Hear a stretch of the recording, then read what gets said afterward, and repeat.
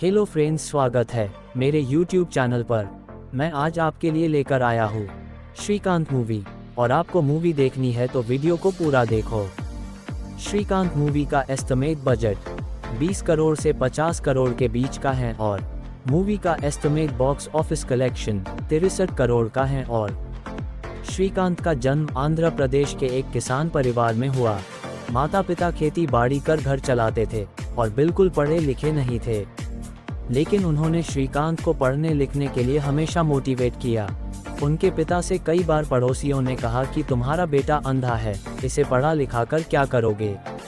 किसी ने कहा कि बेटा अंधा है, इसका इस दुनिया में क्या होगा, इसे जान से मरवा देना बेहतर होगा।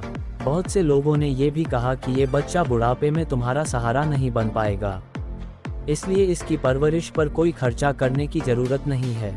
लेकिन श्रीकांत के पेरेंट्स ने इन सभी बातों को नज़रअंदाज कर न सिर्फ बेटे को पढ़ाया, बल्कि हर कदम पर उनके साथ भी खड़े रहे। 10वीं की पढ़ाई पूरी करने के बाद श्रीकांत ने फैसला किया कि वो आगे साइंस और मैथ्स पढ़कर इंजीनियरिंग में करियर बनाएंगे।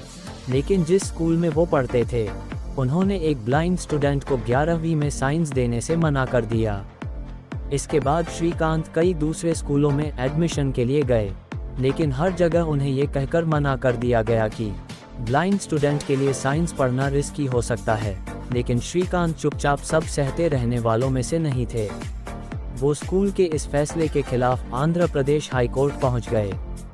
श्रीकांत न सिर्फ ये केस जीते, बल्कि इसके बाद आंध्र प्रदेश के एजुकेशन लॉ को बदलकर उसमें भी बदलाव किया गया। अब सभी ब्लाइंड स्टूडेंट साइंस पढ़ सकते थे। 6 महीने लंबी लड़ाई के बाद श्रीकांत केस जीत गए और उन्होंने 11वीं में साइंस मैथ्स के साथ पढ़ाई शुरू की। 12वीं में श्रीकांत ने 98% मार्क्स हासिल किए और स्कूल के टॉपर बने। अब लोग मान चुके थे कि श्रीकांत ब्लाइंड जरूर हैं, लेकिन किसी से कम नहीं है। इतने अच्छे मार्क्स लाने के बावजूद IIT ने उन्हें ब्लाइंड होने की वजह से एडमिशन देने से मना कर दिया। IIT से रिजेक्ट होने के बाद श्रीकांत निराश तो हुए, लेकिन इंजीनियर बनने का सपना अब भी उनकी आंखों में बसा हुआ था।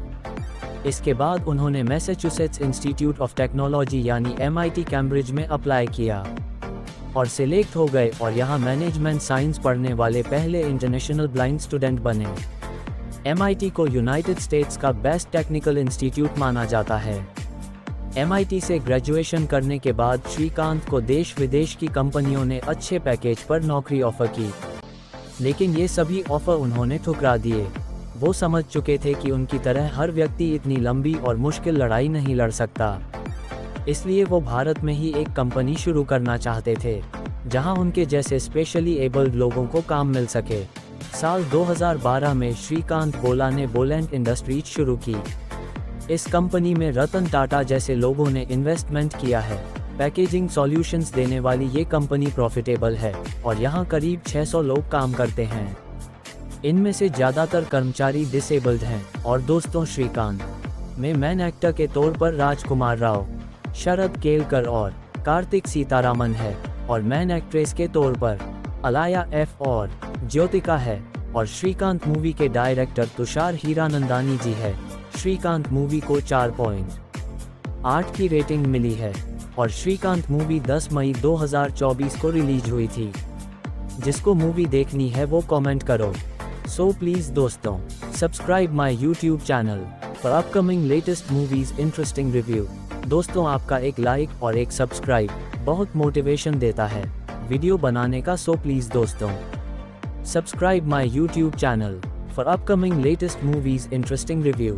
Thank you for watching the video.